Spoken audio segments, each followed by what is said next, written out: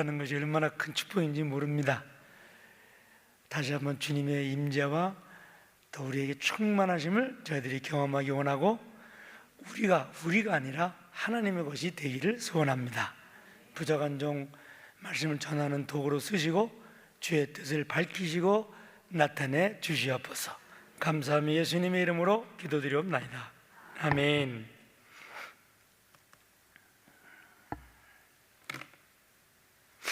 지금은 이제 쿠바 얘기는 안 하고요.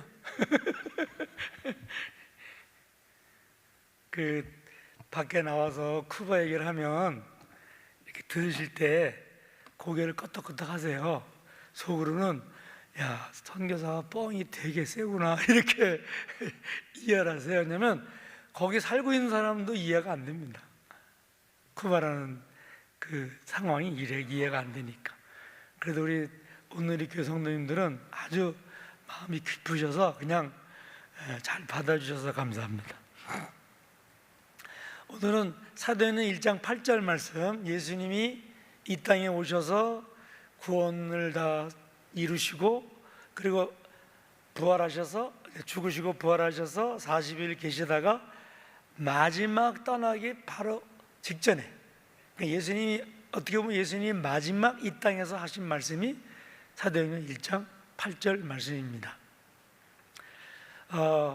예수님이 승천하시고 그리고 오순절 날에 마가의 다락방에 성령이 임하셔서 주님이 다시 재림하는 요때까지 이거를 성령 시대라고 그래요. 여러분과 제가 사는 이 시대는 성령의 시대예요. 성령이 사역하시는 시대입니다. 그 시대는 어떤 시대냐면 은혜의 시대예요. 그리고 구원받는 때예요. 구원의 날이에요. 그리고 영혼의 대추수 때입니다. 그러니까 역사적으로 볼 때 여러분과 저는 제일 좋은 때 태어났어요. 제일 좋은 때. 그 은혜의 또 구원의 그 추수의 마지막의 마지막 때에 살고 있는 거죠. 오늘 사도행전 1장 8절 안에 성령님께서 주님이 다시 오실 때까지 어떤 일을 어떻게 하시는지를 이 한 구절에 다 포함하고 있는데, 보통 성령의 사역을 세 가지로 우리가 나눠서 얘기할 수 있습니다. 첫째는 오직 성령이 너에게 임하시면, 그건 뭐냐면 우리가 하나님 모르는 사람이었는데 어느 날 성령님이 우리에게 오셔서 예수님이 누군지, 예수님이 왜 죽으셨는지, 하나님이 나를 얼마나 사랑하시는지 이런 것들을 우리에게 가르쳐 주세요. 그것이 성령의 첫 번째 사역입니다. 어떻게 하기 위해서? 성령이 임하도록 하기 위해서. 저는 13살 될 때까지 교회 문턱을 한 번도 넘어본 적이 없어요.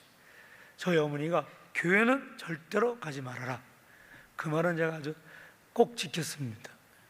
두 가지를 항상 토종벽일인가 하여튼 연초에 보시고 저한테 두 가지를 금지했는데, 하나는 교회 가지 말아라, 그건 꼭 지켰고, 또 하나는 여름에 강에 가서 수영하지 말아라. 근데 그거는 못 지켰어요. 그리고 수영하다가 제 친구들, 동네 아이들이 물에 빠져 죽는 것을 보기도 했습니다. 근데 13살 때 처음으로 교회를 들어갔어요. 어느 금요일 밤이었는데 교회를 탁 들어가니까요, 사람들이 막 앉아서 예배를 드리고 목사님이 설교를 하시는데 부흥의 마지막 날이에요. 근데 설교를 하시는데 제가 다 처음 듣는 얘기예요. 하나님이 아들 예수를 이 땅에 보내셨다. 그 예수님이 하나님이신데 나의 죄를 대신해서 못 박혀 죽으셨다. 이거 뭐 말도 안 되는 얘기를 하는 거예요. 그러면서 내가 죄인이라는 거예요. 근데 내가 죄인이라는 말에 대해서는 제가 동의를 못했던 게, 죄인은 우리 아버지가 죄인이라고 생각했어요. 저는 저희 아버님이 약주를 아주 좋아하셔서 특별한 사명 가지고 태어나셨어요. 뭐냐면 술은 나쁜 거다, 다른 사람이 먹기 전에 내가 다 먹어 없애자, 뭐 이런 거룩한 소명감을 가지고 사셔서 일주일에 7일, 한 달에 30일을 잡수셨어요. 근데 약주 잡수는 거, 술 잡수는 건 문제가 아니죠. 딱 술이 들어가면 헐크라고 하세요. 여러분, 옛날 두 얼굴의 사람이 되는 거예요. 원래 우리 아버지가 아니고 전혀 다른 사람이 되는 거죠. 그래서 우리 아버지가 정말 나쁜 사람이라고 생각했습니다. 일주일에 이틀 정도는 밖에 나가 잤어요. 약초만 잡수시면 막 어머니를 때리고 막 이러니까 어머니가 도망가면 다들 아들 딸 다 나가서 엄마 찾으라면 찾을 것도 없죠. 다 문턱에서 기다려 계시다가 딱 나오면 다른 집으로 가는 거죠. 그렇게 산 거예요. 전 지옥은 안 가봤는데 지옥이 그런 게 아닌가 그런 생각을 했었습니다. 그런데 그날 밤에 내가 죄인이라는 거예요. 그래서 그분이 뭐라고 그러냐면, 목사님이 여러분 지금 예수님이 여기 계신데 그 예수님을 구주로 믿기 원하는 사람은 손을 드십시오 그러는 거예요. 그래서 제가 손을 번쩍 들었죠. 그 손이 아직 안 내려왔어요. 앞으로도 안 내려올 거고. 그래서 예수님 만난 겁니다. 그러니까 성령님이 산파 역할을 하시는 거죠. 나로 하여금 하나님을 믿어지게 만들어 주시는 거죠. 그러니까 말씀이 믿어지고 하나님이 믿어지는 그거는 엄청난 축복입니다. 이것이 성령님의 사역이에요. 제가 제일 많이 사용하는 성경 구절이 이 요한계시록 3장 20절 말씀이에요. 볼지어다 내가 문 밖에서도 두드리노니. 우리가 하나님 말씀을 들을 때는, 복음을 들을 때는 그 복음이 내 마음의 문을 두드리는 거죠. 그래서 그 음성을 듣고 아, 예수님이 나를 위해 죽으셨구나. 그리고 내 마음의 문을 여는 거예요. 사람이 영, 마음, 혼, 육체 이렇게 세 부분으로 되어 있다고 그러잖아요. 그래서 마음까지는 우리가 다스릴 수 있어요. 근데 영은 우리가 못 느끼고 못 다스립니다. 근데 그 영이 어떻게 되냐면 마음으로 둘러싸여 있어요. 마음이 영의 문을 여는, 영을 열어주는 문이에요. 그것이 우리 입으로 고백하고 마음으로 믿는 겁니다. 내가 예수님을 구주로 믿겠습니다. 그리고 고백하고 마음의 확신을 가지면 내 영의 문이 열리는 거예요. 문이 열리면, 내 영의 문이 열리면 성령께서 즉시로 내 영에 들어오셔서 영원히 죽은 영을 살리시는 겁니다. 이게 하나님의 자녀가 되는 거죠. 이렇게 여러분과 제가 하나님의 자녀가 되었다, 그 말입니다. 그 다음에 자, 성령이 너희에게 임하시고 너희가 권능을 받고 그랬어요. 그 다음에 뭐냐면 성령님이 어떤 일을 하시냐면요, 우리 속에 오셔서 우리에게 권능을 주시는데, 이 권능이라는 단어는 듀나미스라고 하는 헬라어거든요. 이게 다이나마이트라는 말의 그 어근이에요. 그러니까 폭탄 아시죠? 폭탄 입에 물고 있으면 어떻게 돼요? 성령을 받은 사람은 그 성령으로 거듭남과 동시에 그때부터 성령이 주시는 선물들을 받는데 그게 권능이라, 능력이라 그 말입니다. 이 능력을 여러분과 제가 받아야 됩니다. 사도 바울이 에베소 교회를 방문해서 처음으로 에베소 교회에서 부흥회를 하시는데, 거기는 아볼로 장로님이 교회를 개척했잖아요. 그래서 말씀을 전하면서 여러분이 예수를 믿을 때 성령을 받았습니까? 이렇게 질문해요. 사도행전 19장 2절에 이렇게 질문합니다. 당신들이 믿을 때 성령을 받았습니까? 그랬더니 뭐라 그래요? 우리는 성령이 있다는 말도 못 들었습니다. 구약의 회개의 세례만 받은 거예요. 그래서 바울이 그들에게 예수 그리스도를 전하고, 이제는 성령으로, 부활하신 영이 다시 예수의 이름으로 성령으로 와서 계심을 얘기해주고, 성령에 대해서 설교할 때 그 사람들이, 모인 사람들이 몇 명이었죠? 12명이었어요. 그건 교회가 부흥이 안 되는 상태였죠. 12명이 모여서 예배를 드렸는데 그 12명이 몽땅 성령을 받고, 그리고 성령의 권능을 받아서 예언하고 방언하기 시작했습니다. 이렇게 해서 세워진 자라난 교회가 에베소 교회고, 사도 바울이 가장 오랜 동안 목회한 곳이고, 자기 뒤를 이은 디모데에게 교회를 맡긴 곳이 에베소 교회죠. 그래서 사도 바울이 에베소 교인들에게 편지를 쓸 때 에베소서 5장 18절 이렇게 씁니다. 술 취하지 말라, 이는 방탕한 것이니 오직 성령으로 충만함을 받으라. 이런 말이 나올 때는 아멘을 하셔야 돼요. 요 입으로 아멘을 딱 하는 순간에요, 우리 생각이 확 바뀝니다. 왜냐하면 입에서 나오는 말은 생각에서 와요. 그리고 이 말이 나오면 그 말대로 내 행동이 만들어지고, 그 행동이 습관을 만들고, 습관이 우리의 운명을 만드는 겁니다. 그건 아멘이 아주 중요한 거예요. 사도 바울이 뭐라고 고린도 교인들에게 얘기했냐면, 여러분이 예수 믿고 구원받은 하나님의 자녀가 되었는데 술을 취하면 안 됩니다. 술 취하면 방탕이란 말은 브레이크가 없는 거예요. 근데 술 취하는 거하고 방탕한 거는 여러 가지 공통점이 있어요. 저는 한 번도 술을 취해본 적이 없어요. 저희 아버님이 제가 먹을 거까지 다 잡수고 가셨기 때문에. 그래서 술을 안 취해봤지만 술 취한 모양은 내가 너무 잘 알아요. 뭐야? 브레이크가 없어요. 근데 술 취하는 거하고 성령에 취하는 거하고 충만한 거하고 증세가 비슷합니다. 일단은 주정신으로 살아요. 제정신으로 안 살고 주정신으로 살아요. 술 취한 건 무슨 정신이요? 술 주자 주 정신이고, 성령 충만한 사람은 주의 성령의 충만함으로 주정신으로 사는 거죠. 이 성령으로 충만함을 받으라는 말은 헬라어를 보면요, 수동태예요. 수동태는 뭐냐면 내게서 개발되고 만들어진 게 아닙니다. 내가 가지고 있는 게 있어요. 달란트. 내 성질, 성품이 있어요. 근데 여기서 말하는 성령의 충만한 능력을 받으려는 것은 내 속에 별로 없던 거예요. 개발되는 게 아니라 그냥 구원을 받은 것처럼 선물로 받는 겁니다. 받으면 되는 거예요. 근데 안 받아. 죽기 살기로 안 받습니다. 성령 충만함을 받으면 수동태입니다. 받아서 그 많은 하나님의 능력을 발휘하면 되는 거죠. 그 다음에 명령형이에요. 명령은 뭐죠? 해도 되고 안 되고 아니라 반드시 해야 되는 겁니다.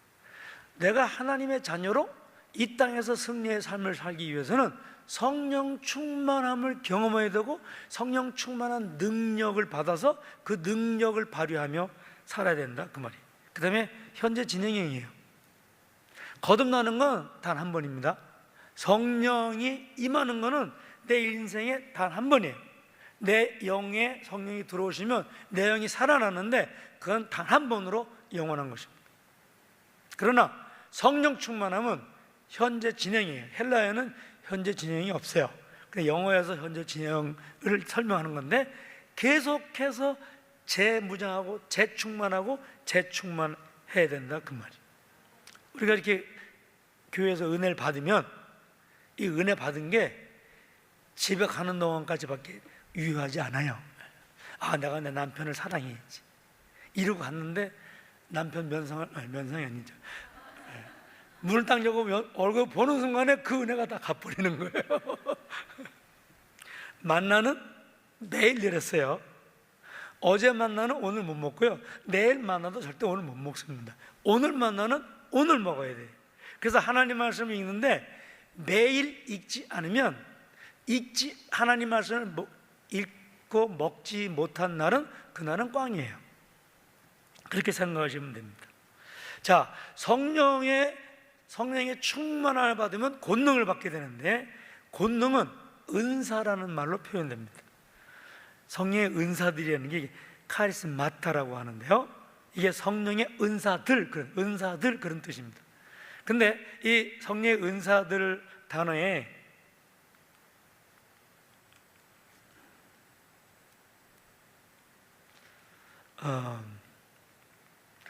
좀 넘겨주시겠어요?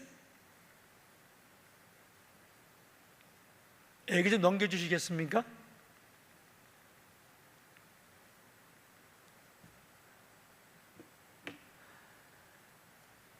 이 카리스마타는 여러 단어가 합성이 돼서 만들어진 건데요, 근이 뭐냐면 까르예요. 까르, K-I-R. 까르란 말은 기쁨이라는 뜻이고 하나라는 뜻입니다. 예, 감사합니다.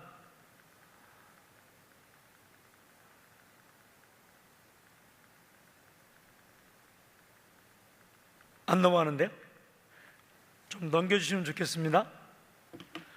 까르란 말은 카리스마타라는 은사들이라는 어근인데 기쁨이라는 뜻이에요. 기쁨.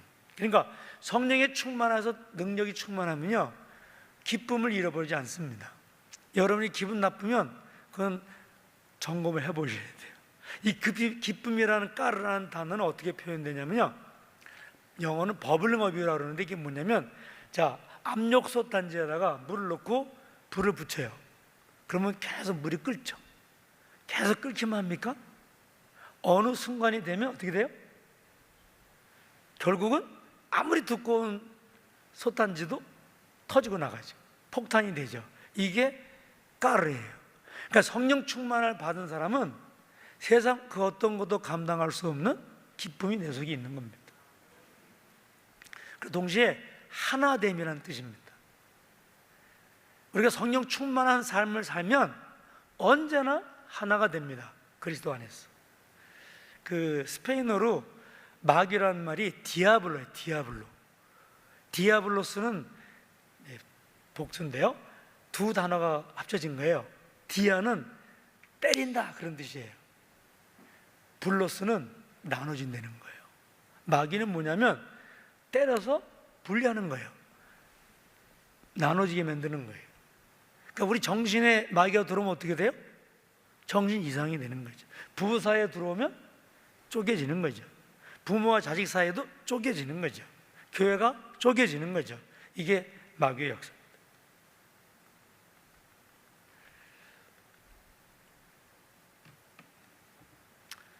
저기 이렇게 넘겨줄 수 없나요?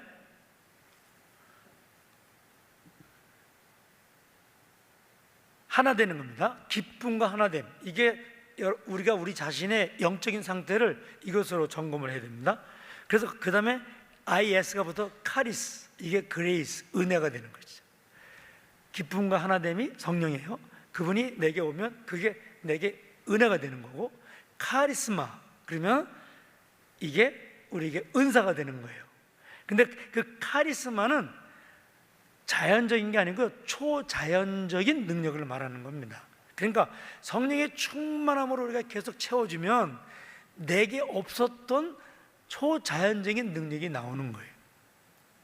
그리고 그게 복수여서 은사들이 되는 거죠. 고린도전서 14장, 아주 오래전에 그 플러 대학의 피터 와그너라는 교수가 성경에 나오는 은사들을 이분이 정리를 했어요. 그리고 고린도전서 12장 4절 11절에 보면 지혜의 말씀, 지식, 믿음, 신유, 능력, 행함, 예언, 영분별, 방언 통역.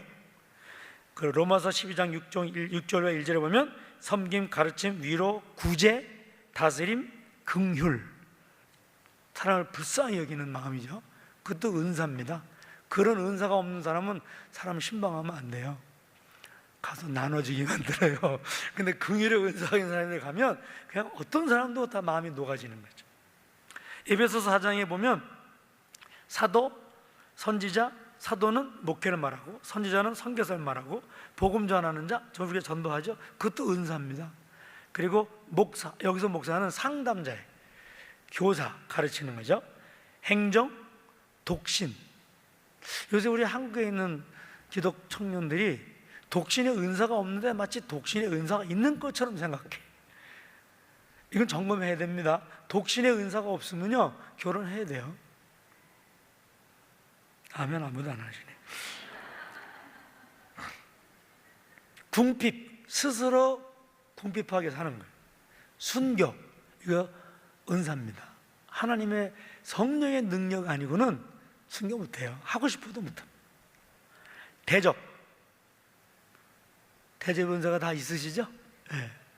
저는 여기 한국에서 목회를 할 때는 한 10년 목회를 했는데요, 이 돈을 낼 기회가 없어요. 식당 가서 밥을 먹는데 또 교인이나 아는 사람이 돈 내고 가요. 근데 선교지에서는 처음부터까지 내가 내야 돼요. 제가 돈이 없으면 절대 밥 먹으러 가라고 얘기하면 안 돼요. 선교지에서는 항상 제가 쏩니다. 대접의 은사, 중보기도, 이것도 은사 중에 하나죠. 축계, 귀신 쫓아내는 거, 협력도 은사입니다.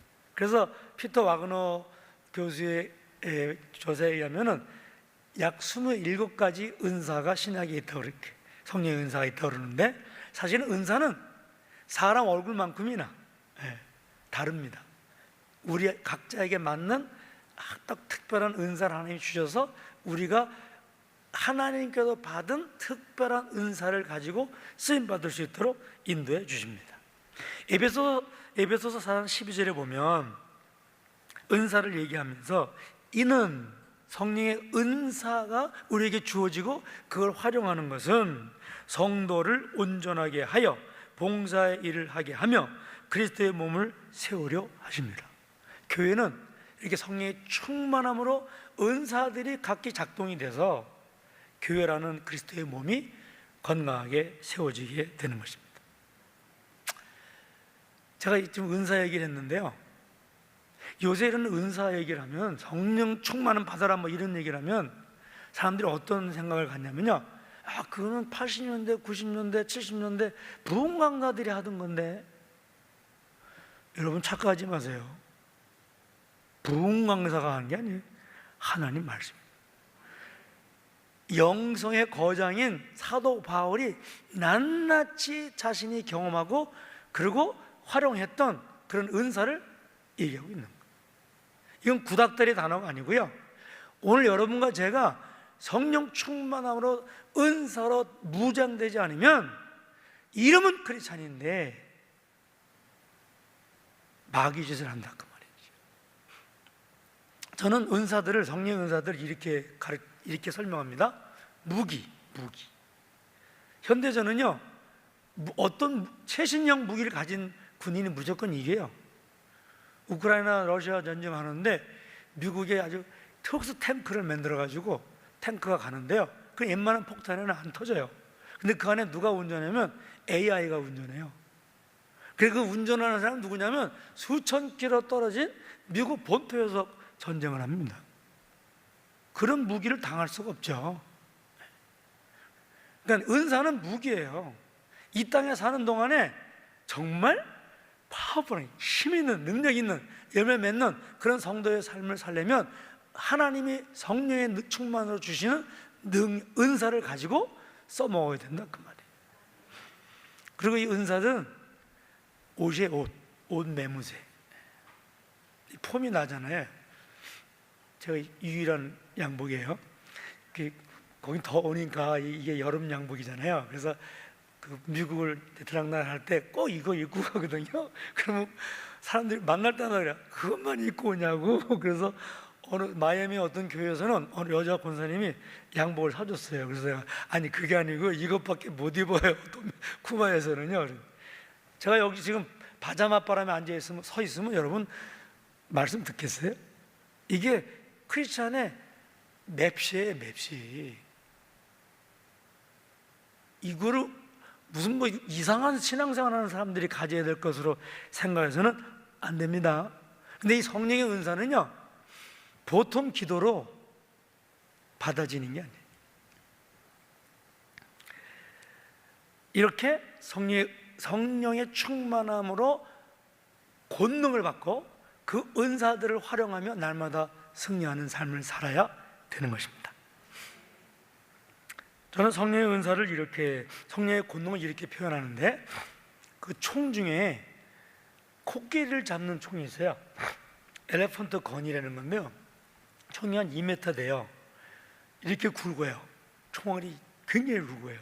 그래서 코끼리를 놓고 쏘면 그게 코끼리 그 두꺼운 가죽을 뚫고 들어가서 코끼리를 잡는 거예요.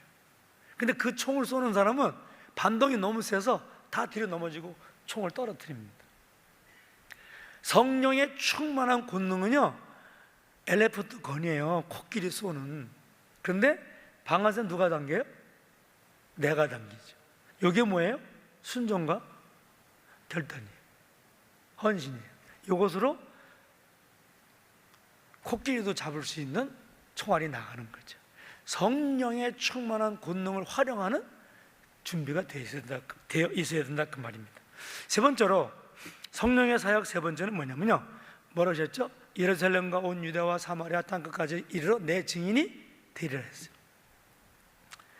여기 증인이라는 단어는 헬라어로 마르투스라는 말인데, 이거는 내가 보고 경험한 그대로를 증언하는 거예요. 그런데 초대교회 교인들이 그리스도의 증인이 되어서 예수님이 구세주다, 예수님이 나를 구원하신 분이다, 당신을 구원할 분이다, 이거를 증언을 했더니 안 믿는 사람, 초대교회에서 안 믿는 사람들이 예수의 증인으로 증언하는 사람들 다 잡아 죽였어요.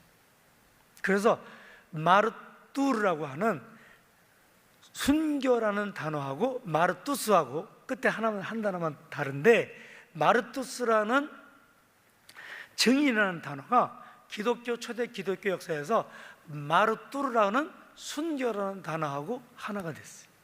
그래서 증인이 된다는 말은 자기가 죽는 겁니다.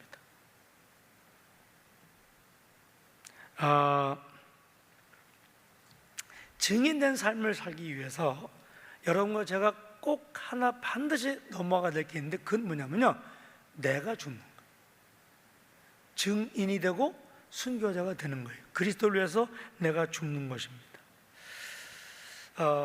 모세의 경우에 하나님이 모세를 이스라엘 민족을 구출해내는 종으로 쓰였습니다. 그래서 왕궁에서, 바로 왕궁에서 자라게 만들었어요. 그래서 40살 때까지 왕자로서 모든 걸 준비합니다. 이게 왕자가 여러 명이에요. 수십 명이거든요, 보통. 근데 누가 황제가 될 줄 몰라요. 그래서 똑같이 교육을 시킵니다. 뭐 언어는 뭐 수십 개 언어를 하고요, 체력 단련부터 해서 전략, 경제, 뭐 예술, 이걸 다 마스터하는 거죠. 그래서 40대 됐을 때 모세가 스스로 어떻게 생각하냐면, 나는 준비가 됐다, 이렇게 생각하고 동족을, 이스라엘 민족을 구출시키려고 그랬는데 어떻게 했죠? 살인사건이 나고 도망가게 됐습니다. 그래서 40년 동안 광야에서 양똥치는 목동이 되었어요. 나이 80대 하나님 나타나셨어요. 모세야, 너가 이제 가야 되겠다. 모세가 말합니다. 하나님, 실수하셨습니다. 나를 쓰시기 원하시면 40년 전에 왕궁할 때 쓰셔야죠. 내가 수십 개 언어를 했는데요, 지금 40년 동안 양하고 같이 해서 말 한마디 안 했더니 반번회가 됐습니다. 이러고 대들어요. 그래서 출애굽기 4장 2절에 보면 하나님이 이렇게 묻습니다. 모세야, 내 손에 있는 것이 뭐냐? 내 손에 있는 것이 뭐냐? 이렇게 물었어요. 그때 뭐라고 대답해요? 네, 그렇게 대답한 게 아니고 지팡이 하나입니다, 이렇게 대답합니다. 40년 훈련받은 거 다 없어졌고, 양 똥치고 양 끌어가는 인도하는 지팡이 이거밖에 없습니다, 이렇게 소리 질렀습니다. 아직 뭐가 안 된 거예요?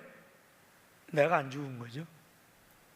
그래서 하나님 뭐라고 하냐면, 야, 이 지팡이를 버려라 그랬어요. 버려라. 목동은요, 40년 목동했잖아요. 지팡이가 아니고 자기 분신이에요. 제가 도미니카에 처음 갔을 때 애들이 예배 시간에 야구 모자를 쓰는 거예요. 근데 그게 제가 계속 바다가 돼서 꼭 모자를 벗겨요, 제가. 근데 나중에 제가 회개했어요. 보니까 이놈들은 24시간 이걸 쓰고 있어요. 잘 때도 쓰고 잡니다.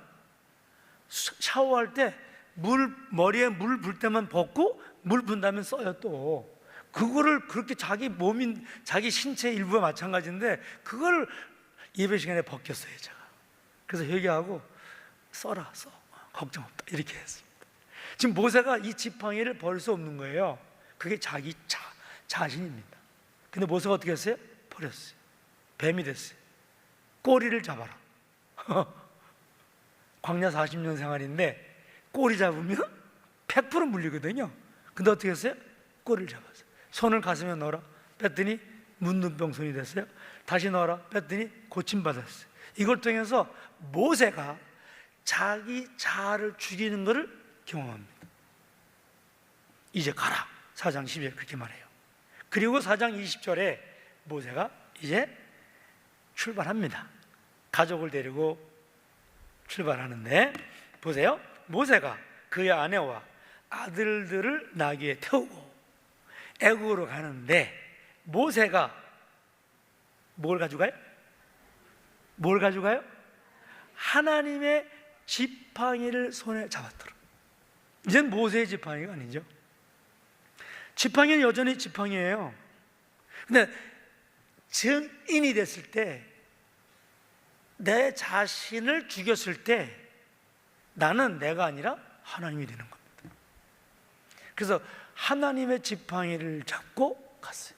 그거로 홍해바다를 갈랐어요. 10가지 재앙을 내리고 홍해바다를 가르고 만사형통이죠. 그렇게 갑니다.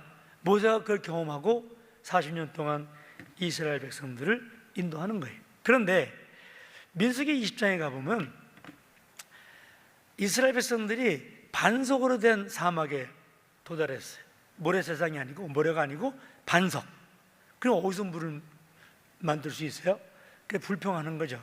그랬더니 모세와 아론이 회중을 그 반석 앞에 모으고 모세가 그들에게 이르되 반역한 너희여 들으라. 뭐가 살아났어요? 자기가 살아난 거예요. 이스라엘 백성은 하나님의 백성이에요. 이렇게 모세한테 욕먹을 백성이 아니에요. 물론 불순종하고 불평불만하지만.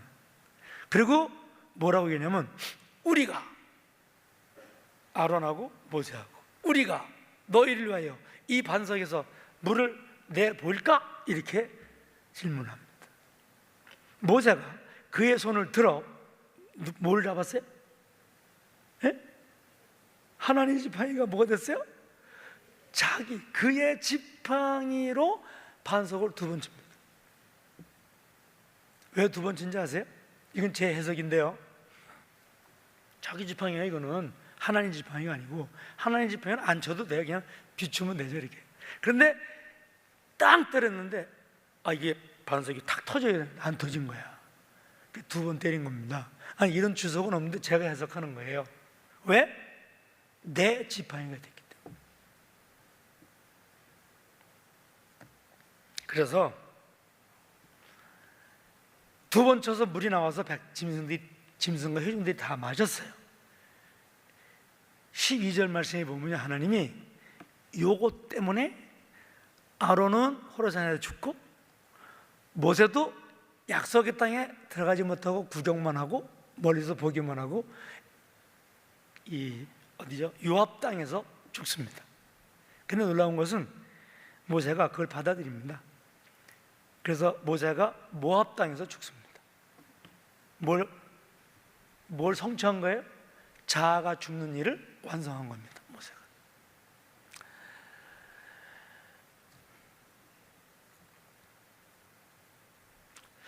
베드로의 경우에 예수님이 요한복음 21장 18절에서 이제 고기 잡으러 갔죠. 고기 못 잡았죠. 배 오른편에 던져라. 고기 잡았죠. 나왔을 때 내가 날 사랑하냐? 3번 물었죠. 베드로는 3-4번에 이게 아킬레스 건이에요. 3번 너 나 사랑하냐? 그러니까 너무 곤란한 거죠. 그러고 나서 예수님이 이렇게 말씀했어요. 내가 진실로 진실로 내게 이르노니, 이게 베드로의 영성을 얘기해 주는 겁니다. 내가 젊어서는 언제예요? 자아가 살아있을 때. 그때는 스스로 띠를 띠고 내가 원하는 것으로 다녔거니와, 과거예요. 늙어서는 그럼 뭐예요? 자아가 죽고 내가 하나님의 내가 됐을 때. 늙어서는, 성숙했을 때는 내 팔을 벌리리니, 남이 누구예요? 그게 성령님이에요. 성령님이 넥타이를 고르고 양복을 골라서 입혀주고 내가 원하지 아니하는 곳으로 너를 데려가리라. 이젠 내 삶이 아니죠. 근데 베드로가 이 삶을 누립니다. 그래서 베드로전서, 베드로후서를 쓰고 초대교회 지도자가 된 것입니다. 바울의 경우에도 이게 너무 분명하게 나타나는데요. 고린도전서 13장, 사랑장이죠. 1절부터 3절에 보면요, 바울이 이렇게 얘기합니다. 내가 사람의 방언과 천사의 말을 할지라도, 사람의 방언은 사도행전 2장에 임했던 방언의 은사인데 이건 외국어예요, 외국어.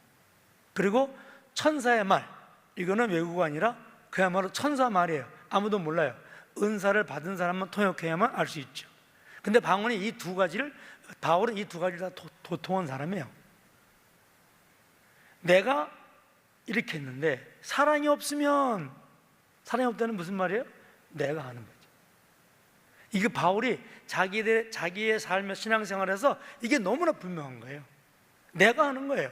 말은 뭐라 그래요? 하나님이 하신다고 그러죠. 근데 내가 하는 겁니다. 사랑이 없으면, 내가 살아있으면 그 방언하는 것이 소리나는 구리와 울리는 꽹과리가 되고, 내가 예언하는데 내가 모든 비밀을 알고 다 깨닫고 그걸 다 하고 산을 옮기는 만한 믿음이 있는데 사랑이 없으면, 내가 그걸 하면 내가 아무것도 아니고, 내가 내게 있는 모든 것을 구제하고 또 내 몸을 불사르게 내어줄지라도, 여러분 불사르는 거예요. 주를 위해서 내 몸을 불사르는 거예요. 화형을 당해 죽는 겁니다. 근데 이 말씀의 원어를 보면 어떤 뜻이냐면요, 내가 예수 그리스도를 위해서 불태워 죽임을 당하는데 그 목적이 뭐냐면요, 자기를 영화롭게 하기 위해서, 그렇게 나와 있습니다. 내가 하는 거죠. 그러면 아무것도 아니죠. 마지막 부분에, 고린도전서 마지막 부분에 11절 12절에 이렇게 말합니다. 내가 어렸을 때는, 자 여러분 이게 아셔야 돼요. 어렸을 때는 내가 살아있는 거죠. 저는 목회하면서 이렇게 내놓을 만한 그런 많은 열매들이 있었어요. 그런 열매가 맺혀질 때마다 저는 주님을 보면서 주님 잘했죠 하고 항상 이렇게 뽐을 내는데, 예수님이 단 한 번도 저를 통해서 만들어진 사역 일들에 대한 그 열매에 대해서 단 한 번도 관심 가지고 없습니다. 하나님 언제나 저에게 관심이 있습니다. 그리고 뭐를 깨닫게 되냐면요, 그 내가 한 거예요. 말은 하나님이 하셨다고 얘기하는데 결국은 내가 모든 걸 한 겁니다. 그래서 내가 어렸을 때는 내가 살아있을 때 말하는 것이 어린애 같고 깨닫는 어린애, 생각하는 게 어린애 같고, 장성한 사람이 되어서는 어린아이의 일을 버렸노라. 너무 구분됩니다. 우리가 신앙생활하면서 내 모세의 지팡이가 하나님의 지팡이가 되어서 하는 일하고 모세의 지팡이로 하는 일은 너무나 다른데 본인이 알아요, 본인. 그래서 마태복음 7장에 보면요, 우리 모두가 마지막 때 천국문으로 갑니다. 그때 예수님이 거기 계세요. 마태복음 7장 22절, 23절, 24절에 보면 거기 도달한 사람들이 이렇게 얘기합니다. 내가 주 예수 그리스도의 이름으로 목사가 되고 안수를 받고 선지자가 되고 지도자가 돼서 예수 그리스도의 이름으로 병자를 고치고 귀신을 쫓아내고 이러저러한 큰 일들을 해냈습니다. 주님 잘했죠? 이렇게 자랑스럽게 얘기하는데 주님 뭐라 그러세요?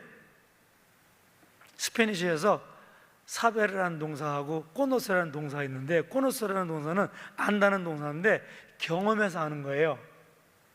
그러니까 마리아가 그 예수님을 잉태했을 때 나는 남자를 알지 못합니다. 그럴 때 코노스라는 동사를 썼거든요.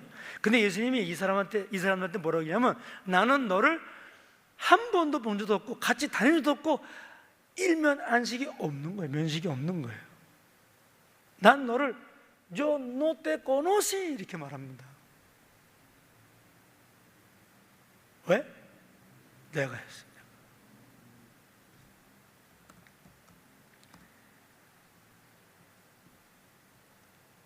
사도 바울이 갈라디아서에서 이제 마치겠습니다. 사도 바울이 갈라디아에서, 제가 이런 예가 수십 가지가 있는데 간단히 이것만 할게요. 갈라디아였을 때 우리가 제일 좋아하는 갈라디아서 2장 20절 말씀, 그렇죠? 내가 그리스도와 함께 십자가에 못 박혔나니 그런지 이제는 내가 사는 것이 아니요 오직 내 안에 그리스도께서 사시는 것이라. 근데 이거는요 결론이 아니에요. 이건 출발이에요. 출발. 태어나는 거예요. 시작하는 거예요. 그래서 어디가 결론이냐면요, 5장 22절 24절 열매를 얘기하면서, 오직 성령의 열매는 혈안과 희락과 화평과 오래 참음과 자비와 양성과 충성과 온유와 절제니 이 같은 것을 금지할 법이 없어요. 이건 세상이 감당하지 못할 일입니다. 첫 단추를 잘못 껴서 뛰어댕기면 이건 세상이 감당 못하는 사람이에요. 그러면서 뭐라고 얘기하냐면, 바울이 그리스도 예수의 사람들은 육체와 함께 그 정욕과 탐심, 이게 자아입니다. 나입니다. 육체와 함께 그 정욕과 탐심을 십자가에 못 박았느니라. 보세요. 이 두 요절을 제가 이렇게 비교해 놨어요. 나는 그리스도와 함께 십자가에 못 박혔다. 이거는요, 수동태입니다. 내가 어느 날 예수님이 나를 위해 죽으셨다는 걸 믿고 그 예수님을 구주로 받아들일 때 예수님이 십자가에 못 박혀 죽으셨어요, 이미. 그러니까 나를 받으셔서 그 당신이 죽은 십자가에 내가 죄인이니까 죽어야 되잖아요. 그래서 예수님과 함께 못이 박힌 거예요. 나는 수동태입니다. 태어나는 거예요, 한번. 그 다음에 그 다음에 십자가는요, 내가 나를 날마다 십자가에 못 박는 겁니다. 우리가 매일매일 하나님의 자녀의 삶을 삽니다. 근데 이걸 반드시 점검하셔야 됩니다. 제 개인적인 경험에 의하면 목회를 수십 년 하면서 신앙생활 하면서 정말 너무 많이 실패했습니다. 헛다리 짚는 거, 헛다리. 그렇게 우리가 일생을 살아오면요, 어떻게 보면요, 아예 한 번도 시작해 본 적이 없어요. 하나님 일을. 세상 모든 사람이 와, 전도다 성도다 대단한 사람이야, 와, 박수 칠 줄 모르지만 어느 날 제가 보니까 단 한 가지도, 단 한 번도 하나님 일을 한 적이 없어요. 내 지팡이 가지고 했지. 하나님의 지팡이가 아니라 그 말입니다. 이거는 여기서 점검을 해야 돼요. 천국문 들어갈 때 점검하면요, 못 들어갑니다. 이게 성령께서 이 성령의 시대에 여러분과 저와 함께 동역하는 내용이에요. 우리를 거듭나게 하시고 우리에게 능력과 권능을 주셔서 멋진 승리의 크리스찬의 삶을 살게 하는데, 어떻게?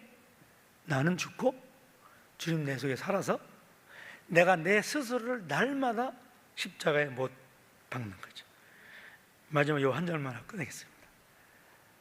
바울이 고린도전서 15장, 고린도전서 15장은 무슨 장이죠? 부활장이에요. 부활장을 얘기하면서 바울이 결론적으로 결론과 같이 얘기한 게 뭐냐면요, 여러분, 나는 예수 그리스도 안에서 내 자랑할 것이 있는데 그는 나는 날마다 죽습니다.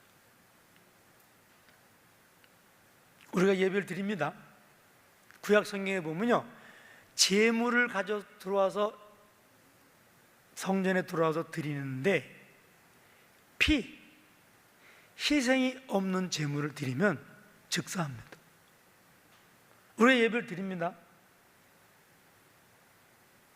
기분 좋게 예배를 드립니다. 근데 정말 내 마음이 정말 하나님께 드려졌냐, 그 말이에요. 그건 아무도 못해요. 내 스스로가 만들어야 됩니다. 저는 이렇게 신앙생활 하면서, 목회하면서 참 대단한 목회를 하신, 연세 많으신, 은퇴하신 목사님들을 이렇게 보게 되는데, 많은 경우에 그가 지금까지 해온 모든 것이 다 무너지는 걸 보게 됩니다. 저는 그런 걸 보면서 어떤 생각을 하냐면요, 저분은 복받은 분이다. 왜? 여기서 무너졌으니까. 다 감추고 여기서 주님 앞에 딱 섰을 때 그 벌거벗은 모습을 어떻게 감출까? 근데 여기서 무너지는 분이 그 복된 분이에요. 근데 우리가 그렇게 오류를 잘못을 해서 무너질 필요는 없잖아요. 주님이 십자가에서 못 박혀 죽으실 때는 완벽하고 완전하고 영원한 구원을 만들어 놓으셨습니다. 그거를 누리기 위해서 순식간에 날마다 매 순간마다 내가 들어서 나를 못 박는 거죠. 이 일에 승리하는 사람이 진짜 넉넉히 이기는 사람입니다. 기도하겠습니다. 사랑의 주님, 우리가 매일매일 신앙생활하고 있습니다. 예수 믿는 사람처럼 살고 있습니다. 그러나 우리가 다시 한번 주님 앞에서 내 자신을 들여다보고 내 마음을 들여다보면서 내가 정말 그렇게 내 자신을 주님께 드려 증인된 삶, 나는 죽고 내 속에 주님 살아서 주의 영광을 드러내는 모세의 지팡이가 아니라 하나님의 지팡이로 내가 살아가는지를 점검하는 지혜와 담력을 주시옵소서. 그래서 이렇게 주님 앞에 서는 날 잘했다 칭찬 듣는 참 종으로 서게 하여 주시옵소서. 예수님의 이름으로 기도드리옵나이다.